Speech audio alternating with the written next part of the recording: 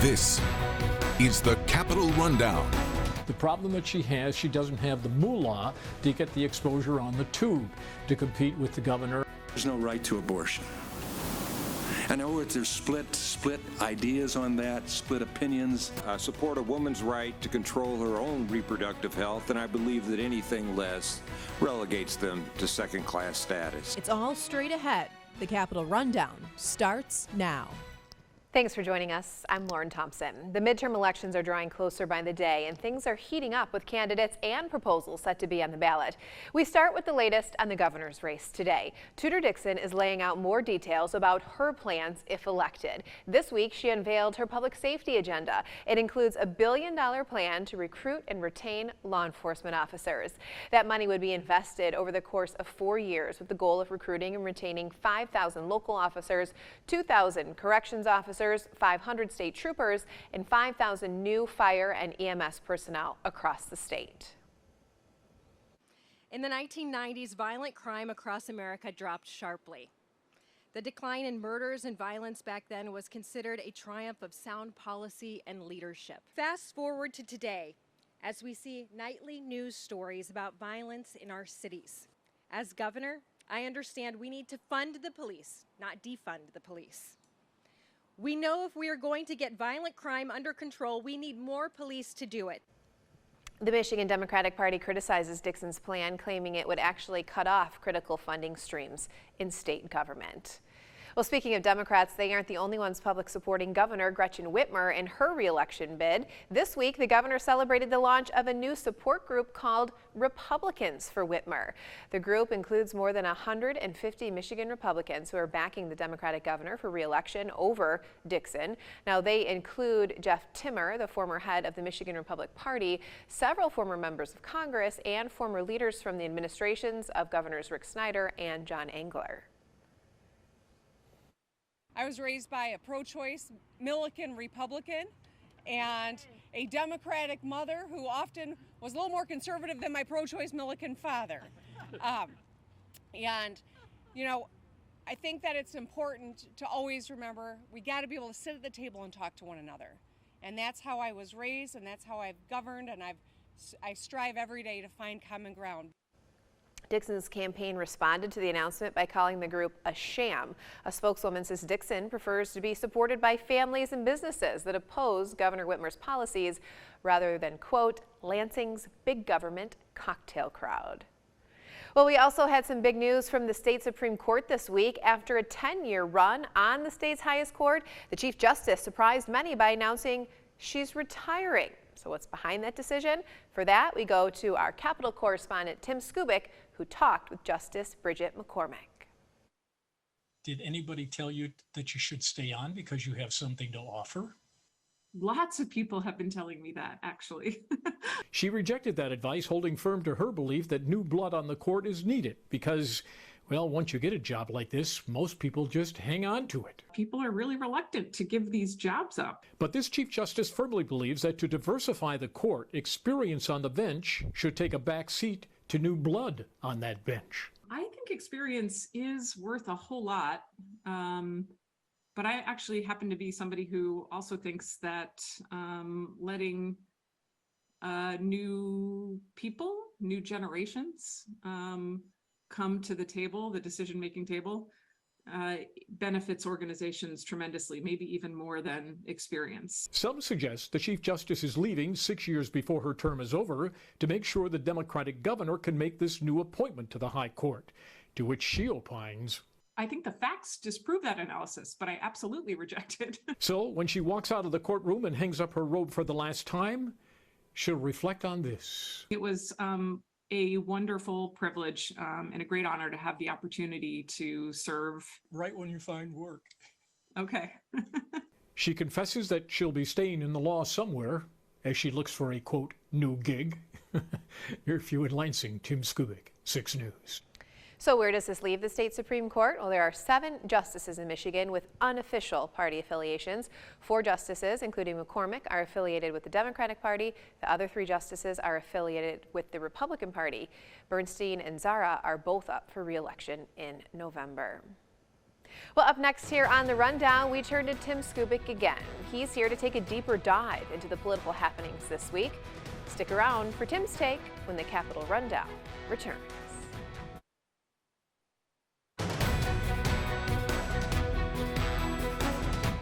Welcome back. It's that time in our show now where we turn to Tim Skubic for his expert take on the top politics this week. He's here now with The Rundown's Jorma Duran.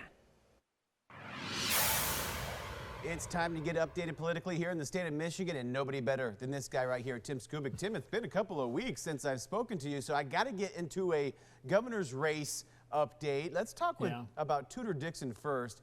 It felt like she was kind of ghosting this state for a while, and then all of a sudden she made an appearance and even presented a $1 billion public safety plan. What do you know?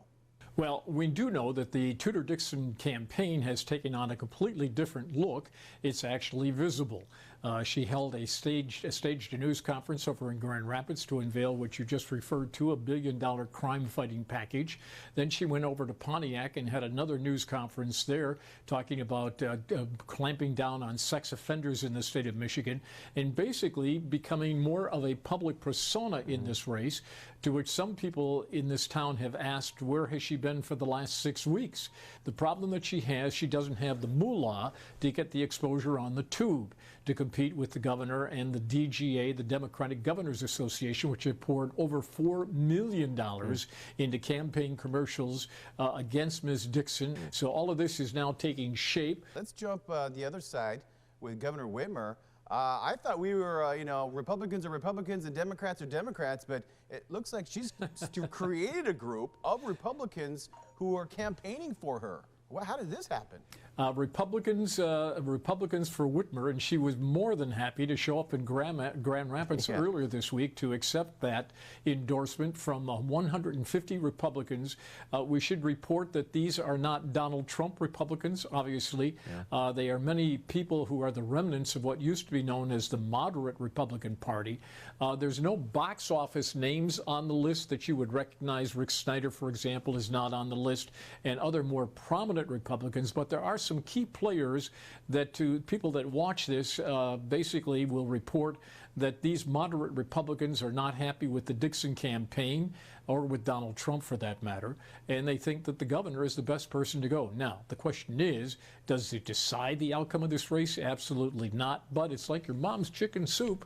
It doesn't hurt, and so the governor was more than eager to take this endorsement. Tim, always awesome to hang out with you. We appreciate it. Great for hanging with me, man. The feeling is mutual. Catch you later. Thank you both. Well, coming up after the break, we'll hear from the campaigns for and against Proposal 3 to learn how they plan to get voters from their side of this abortion debate out to the polls in November. The Capitol Rundown will be right back.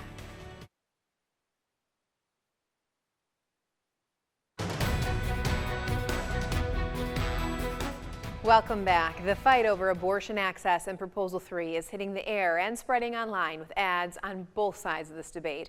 Volunteers are also out going door to door.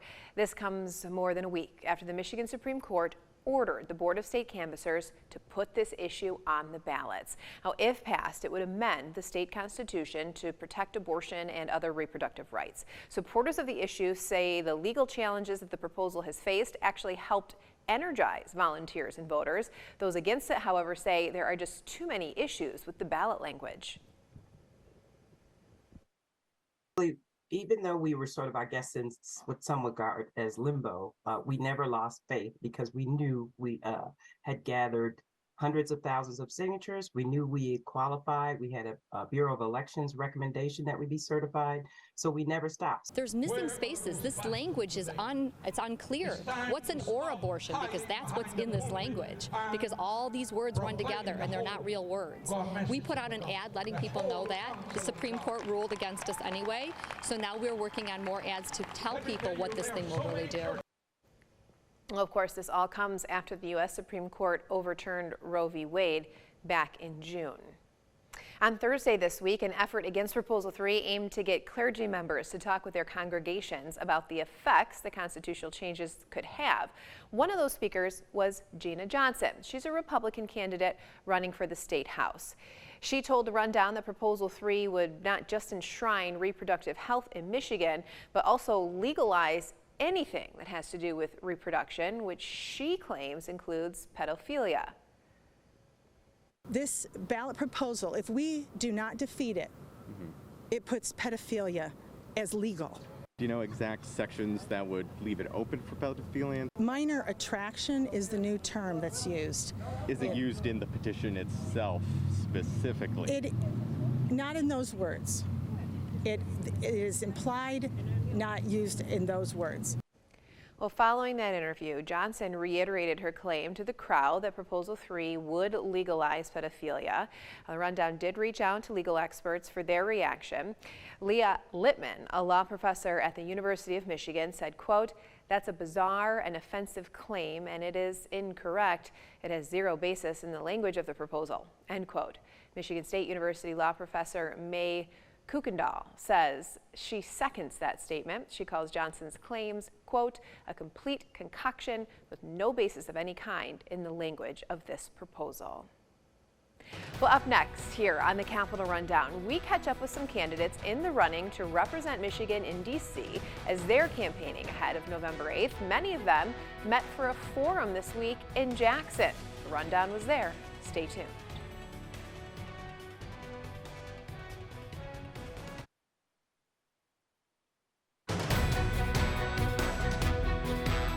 Well, Proposal 3 is clearly a huge issue on the ballot. It was also one of the topics on Monday this week at a candidate forum in the city of Jackson. Candidates there included Republican Congressman Tim Walberg and his Democratic challenger for the newly drawn 5th District, Bart Goldberg. The two were predictably split on the issue of Prop 3, with Goldberg in favor of the constitutional amendment and Walberg strongly opposed. There's no right to abortion. I know there's split ideas on that, split opinions, but I do know that overwhelmingly the United States citizens do not support what is going to take place with this referendum. I firmly support the initiative, as I support a woman's right to control her own reproductive health, and I believe that anything less relegates them to second-class status. And at the state level, all 38 seats in the Michigan Senate will be on the ballot this fall. Voting districts have new boundaries this year after the redistricting process following the 2020 census. For example, the new 14th state Senate district includes Jackson and Washtenaw counties. Republican Tim Golding, who is a township trustee in Grass Lake, is facing off against Democrat Sue Schink, who chairs the Washtenaw County Board of Commissioners. The Rundown caught up with them as they weighed in on their top priorities. Provide voter right to a single application to vote absentee in all elections. Require state-funded postage for absentee ballots and applications. Require state-funded absentee ballot drop boxes. I think if we're going to partake in this government process and something so essential to it, I think it should be required that you show photo ID to be able to vote. The new 17th State Senate District stretches from the western parts of Jackson and Hillsdale counties all the way to the shores of Lake Michigan. In that race, voters will choose between Republican Jonathan Lindsay, who's a senior manager for cigarette manufacturer Philip Morris International, and Democrat Scott Starr, a budget advisor for current state senator Jim Stamas. We look at intervention from the government as the panacea that's going to solve our problems. What we're really doing is trading small wins today for bigger problems down the road. Scott Starr did not attend that candidate forum lunch.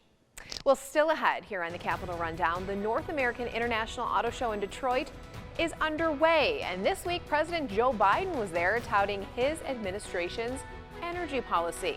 We'll take you there after the break.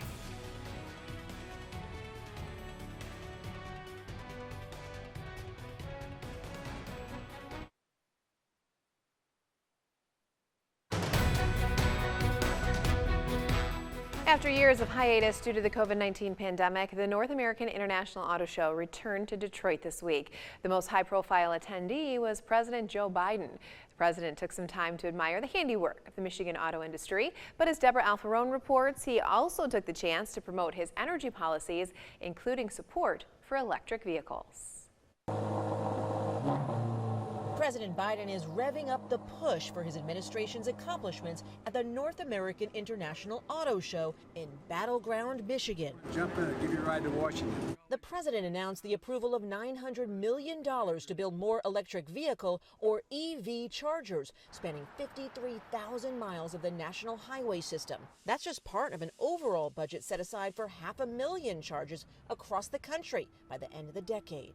Now we're choosing to build a better America, an America that's confronting the climate crisis with America's workers leading the way. The president has made promoting electric vehicles a key part of his climate goals. But back here in Washington, House Republicans are bashing his administration's energy policies. You're not plugging your car into a tree. You need some stable energy sources, and a lot of that would be fossil fuels, but they're against fossil fuels. In a bid to retake control of Congress in November's midterms, Republicans are also hitting the president on crime, the economy, and high inflation. The latest CBS News Battleground Tracker shows the GOP with an advantage to win the House, though the Senate battle appears to be deadlocked. The American people cannot afford another year of failed Democrat one-party rule in Washington. President Biden indicated this week that he believes his party can keep control of the House. Deborah Alfarone, CBS News, Washington. Well, if you're interested in getting more political news from Michigan and Washington, we have just the thing for you. You can sign up for our Capitol Rundown newsletter. It's just one email every week, and you can get it by pointing your cell phone camera at the symbol on your screen right now. This will take you directly to the sign-up page, or you can head to WLNS.com/newsletters. Well, that's our show for this week. Thanks for watching the Capitol Rundown. We, of course, hope to see you again back here next weekend.